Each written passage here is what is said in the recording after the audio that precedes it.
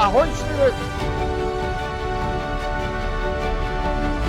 Dit is mijn laatste werkdag, vervroegd pensioen.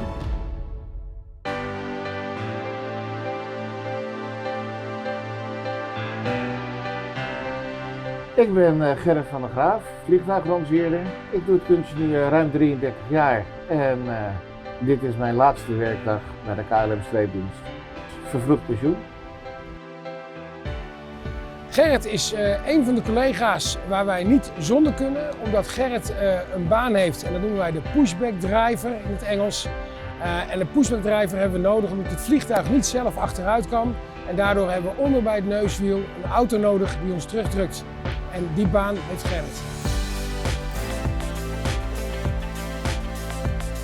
Ja, het is natuurlijk een grappig besef dat je dus een Boeing 747 of een 777 degradeert tot een oversized aanhangertje.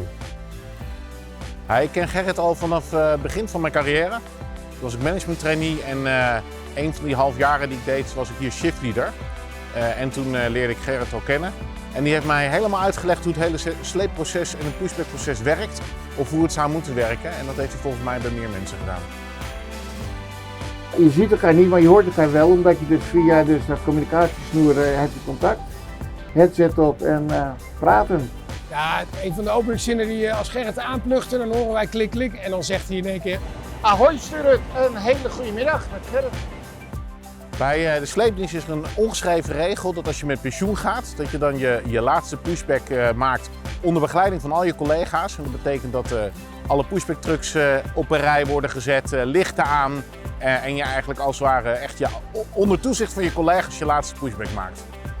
Een tijdje geleden kwam ik Gerrit tegen en die zei: Maarten, ik zou één ding echt super leuk vinden en dat is als het kan wil jij langskomen bij mijn laatste pushback. Nou, en het kon, dus hoe leuk is dat je dat dan kan doen. Flight deck, ground is fully ready for departure. Okay, thank you. Now we're ready to turn.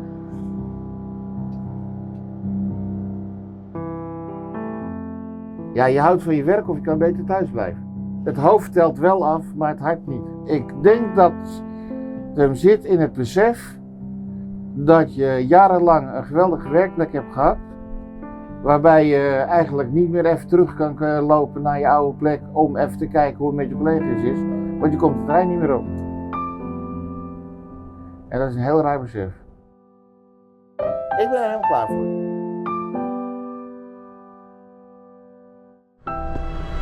Heel apart. Goed, Gerrit, motor 1 is ook bijna draaiende. Mag ik daarnaast de hele KLM ontzettend bedanken voor jouw 33 jaar trouwe dienst. Ik wens je het allerbeste namens ons allemaal.